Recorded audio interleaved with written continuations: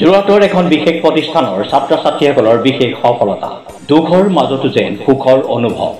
কাৰণ বৰ্তমান সময়ত হিয়াৰ আমঠু জুবিন গাৰ্গৰ আকস্মিক মৃত্যুৰ বাবে সকলোতে দুখৰ পৰিৱেশ বিৰাজমান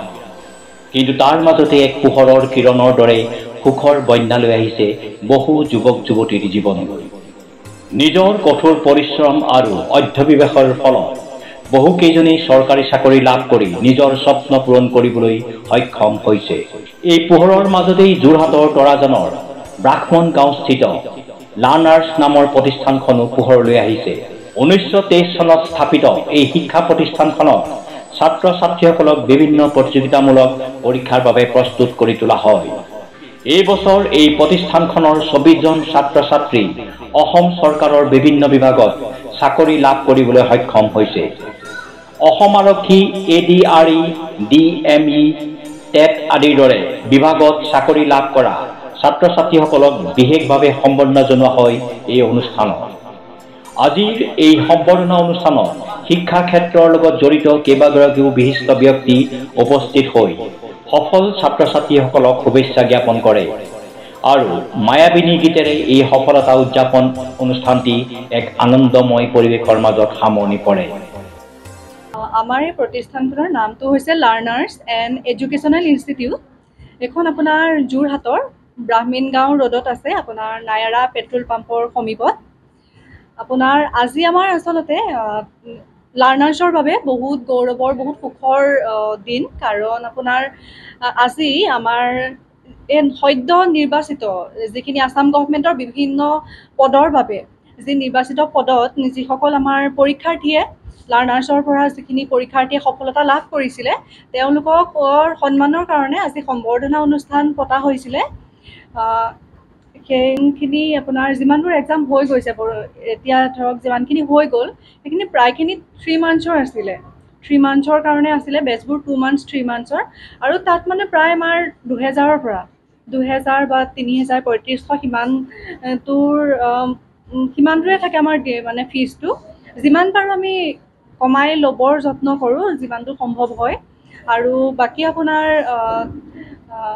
হয় হয় ভাবিছোঁ নিশ্চয় ভাবিছোঁ যিহেতু আমি ইমানখিনি যেতিয়া আমাৰ 24 জনে আপোনাৰ বিভিন্ন ধৰণৰ অসম গভৰ্ণমেণ্টৰ বিভিন্ন ধৰণৰ এক্সামত 24 জনে সফলতা লাভ কৰিছে গতিকে নিশ্চয় আমি সফল বুলি ভাবিছোঁ ভাল লাগিছে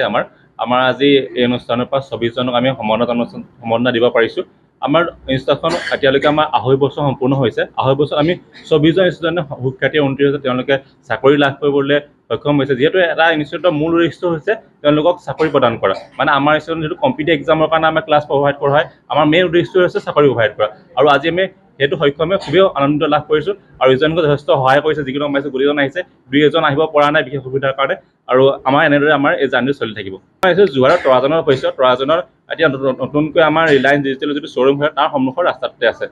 আমাৰ বিশেষকৈ আমাৰ কম্পিটিটিভ এক্সাম যিবোৰ 1 ডে কম্পিটিটিভ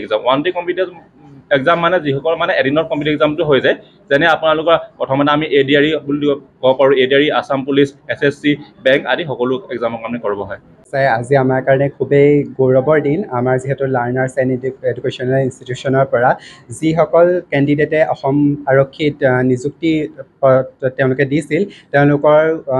আমাৰ 99%ই ইয়াত উত্তীৰ্ণ হ'বলৈ সক্ষম হৈছে আৰু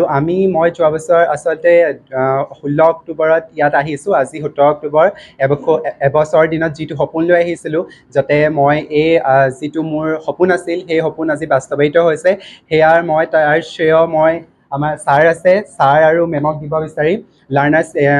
ইনষ্টিটিউশ্যনৰ যিমানখিনি কৰ্মকৰ্তা আছে সকলোকে মই ধন্যবাদ জ্ঞাপন কৰিছোঁ ইয়াত যিহেতু আমি সকলোৱে মিলাপ্ৰীতিৰ এটা পৰিয়ালৰ দৰে আমি থাকোঁ আমি ইয়াত ৰিজনিং মেথছ হওক আচলতে মেথছ বুলি ক'লে সকলোৰে মনত এটা ভয় থাকে গতিকে আপোনালোক আহক আপোনালোকে নিশ্চয় দেখিব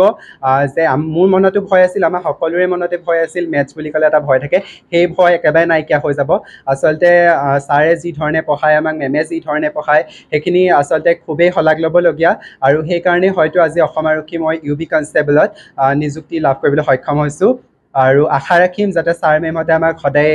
অনুপ্ৰাণিত কৰে তেওঁলোকে সদায় আগবঢ়াই নিয়াত সহায় কৰে কোচিং কৰি মেলি বহুত মানে কি মই